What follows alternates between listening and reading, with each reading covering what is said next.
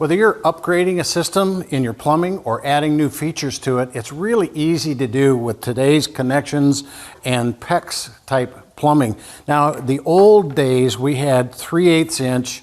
It was pretty much mobile home type plumbing lines and pretty much hard connections that were these little dinky little pinch rings. Now they're still using these because they're very easy. You'll see a lot of them in your RV where they will have a connection. Sometimes they'll have a brass or even a copper elbow, and then they'll pinch these to it. But there's some real neat products that are out in the market.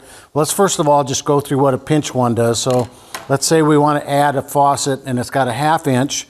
We can take, first of all, this is a PEX and it's got a 3/8. So if you have an old version and you want to add a new faucet to it, this is an adapter. You can go from your 3/8 to a 1/2 inch to get to your new faucet. And this is just a compression fitting. It just slips in. But we're going to show you now with the new ones here, we would simply add this to the inside of it. Normally you would put this on way before it. Now they do make a really fancy PEX pincher. The inexpensive ones that I have found at most of your home improvement stores really are hard to get that pinch tight enough that it secures it. I do it the old-fashioned way. This happens to be an old ring puller, a fence ring that I got from my grandpa, and I've had it for years and years and years. And so all you do is just simply put it into that groove. And now the really expensive ones, it would ratchet to the point where it tells you you can't even release it until it's ready to go. But if I need to fix a line, I simply cut off this. I can put in a connection. I add this to put onto a faucet, and I will crimp that till it just gets to the hard part. And you can see where it's a nice tight crimp in there. Doesn't move.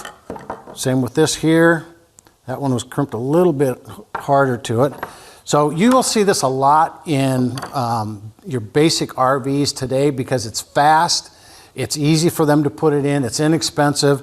Now, so this one is called Flare It. It's a system that Winnebago used, and it's also compression, very similar to what you just saw where this is pushed on, but then this is clamped in, and as it tightens down, it will add the compression to it. You can still do some customizing. Now they would take a C-channel and tighten this down even more, but that's an easy way to add any type of connection. You know, what I like about the PEX is that it will expand to 1.5 times its size. So if you do forget to winterize, you get into a cold situation, you freeze your lines. I have frozen a unit solid with this PEX type system here and never had a line break. I don't recommend trying that, but it did work. Some of the weakest link will be whatever fitting that you have if it does freeze. Now we just, last year we did a trailer and we renovated it. We put it with new fixtures and everything inside. It had a 3/8 inch water line inside. So we cut that, and this is just a nice little piece, gives you a nice even cut rather than trying to use a razor knife or anything else. So we cut the line, we added a 3/8 adapter to that, and then a 1/2 inch to go up to our new fixtures inside. And we used the clamp-on fittings, but we also did several with a couple of other products. Now this is the Flare It system, or excuse me, this is the PEX, and it just slides in. You can feel once it bottoms out. The thing I don't like about these, that I'm really not convinced they're not going to work out in an RV application. Because remember, a lot of times what works in a house does not work in an RV once it's bouncing down the road. And you see how easy this just slips out of there. So I'm not a big fan of using these inside an RV unless it's going to be stationary. I would rather go with a shark bite or a system similar to that. Now there's two different versions here. This happens to be a shark bite with a 1/2 inch going in and a compression fitting in here.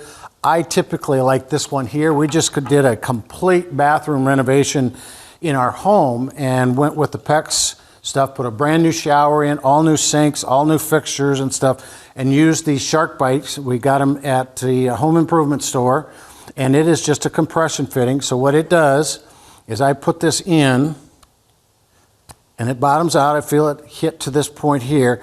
Then I bring this out, and it's got a little safety ring. So you notice when I clip that in there, that keeps this from pulling in. So, you know, if this gets pushed in, I can easily pull that out. Now with that ring in there, that can't happen. So it's going to stay nice and solid on the inside. If I do need to take it out, I take the ring out, get my finger in there, then I push this back in, and you see I can bring it out. But once I have that ring in there, you know this is going to stay nice and tight all the time while you're bouncing down the road. So again, the PEX system, it's easier to use because you can bend it around things. You can get, you know, sometimes it's hard to line up the faucet with the water system line. If you want to add an outside shower, if you want to add a winterizing valve or a water heater bypass, this stuff makes it really easy to do. Shark bite or PEX, again, I recommend using this, or even the pinch. This is a lot cheaper. This is going to be about $8 a connection. This is going to be about $4 for a bag of 50 of them. So it is economical. You do see it used a lot because it's faster and cheaper in the RV. So pretty easy to upgrade, to repair, or to put new fixtures in your RV using these type of connections and piping.